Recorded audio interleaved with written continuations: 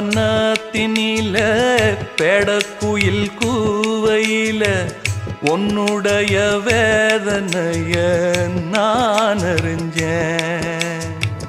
பொங்கலத்தில் மாலையிட ஒன்னிரண்டு தோளத்தொட என்ன தவம் செஞ்சேனோ என் மாமா. வண்ணக்கிளி கையத்தொட சின்ன சின்ன கோலமிட உள்ளம் மட்டும் வழியே நானே, உள்ளம் மட்டும் வழியே நானே.